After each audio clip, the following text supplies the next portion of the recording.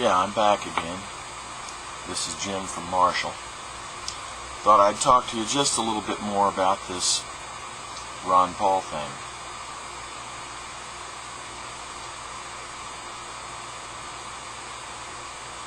It's bigger than Ron Paul. It's bigger than you or I. It's bigger than Missouri. Ron Paul has supporters all over the world.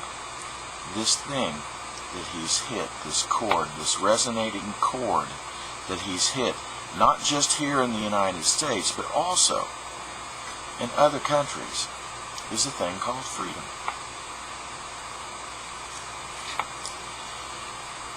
It's a thing called a path to escape tyranny.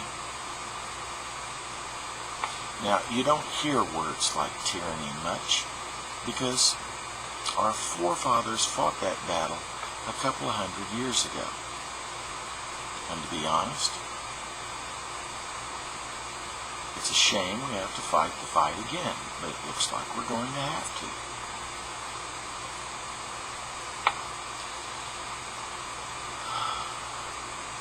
I can't believe the grassroots support that this man has. He has tapped into a chord. He is vibing throughout the whole world.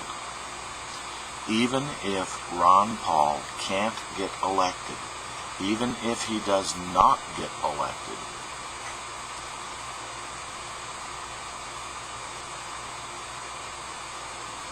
this thing, this phenomenon, this Paulism, whatever you want to call it, it's going to be around long after Ron, and is going to be taken up by many, many more people. And the world is going to cry for liberty.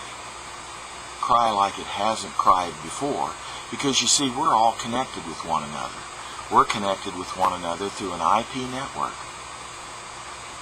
I'm sitting here and I'm making a video telling you what I think, and I live in a sleepy little town in Marshall, Missouri, and it is snowing to beat the band outdoors right now. It's December the... what? This is good. It is December the 15th. It's December the 15th, and so Christmas is on its way. And we all need Christmas, don't we? I'm going to bring this thing off. That's as good as it gets. Alright. This Paul thing is bigger than Ron Paul. This Ron Paul thing really translates into a liberty thing. And this liberty is our rights.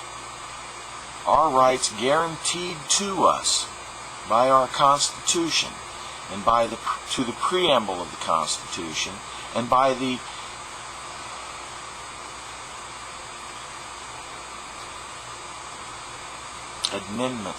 amendments to the Constitution.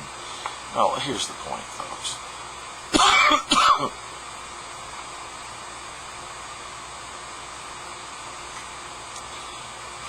If the government wanted to, they could walk right into your house tonight, not present any kind of paperwork, grab you by the scruff of the neck, haul you out of there, and get you disappeared from now on, if it thought it had a need. Now, maybe some of your relatives would find lawyers who would poke long and hard around, who would poke long and hard enough to make the government come clean on what they've done to you, maybe even release you. But I'm telling you, the government can make up any charge it wants, especially in this anti-terror world that we live in. The terror is the man in the black suit with a badge in his hand and a little old fedora cap on, who comes to your place of residence or your business and said, hey, we need you. This paper says you must come. Oh, and by the way, we think we'll just take your computers and anything that's in those cabinets or those cabinets. Sure. And we can do it because we have a security letter. You might just be an undesirable. You might be plotting against the United States. You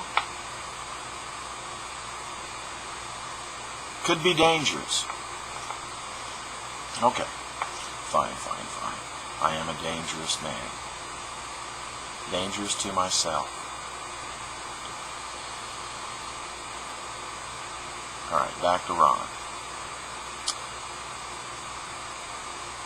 What I'm seeing is I'm seeing grassroots support. I'm seeing support that is just welling up from the ground. That's not led. That's not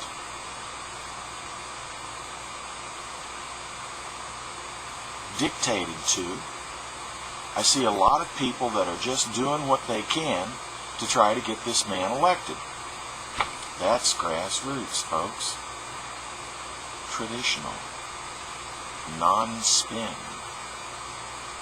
The real zone.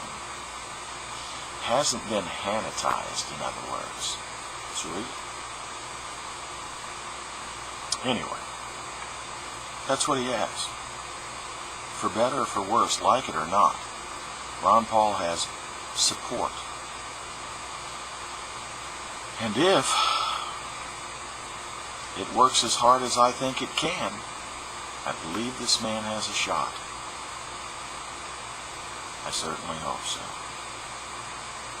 This is Jim in Marshall. Bye-bye.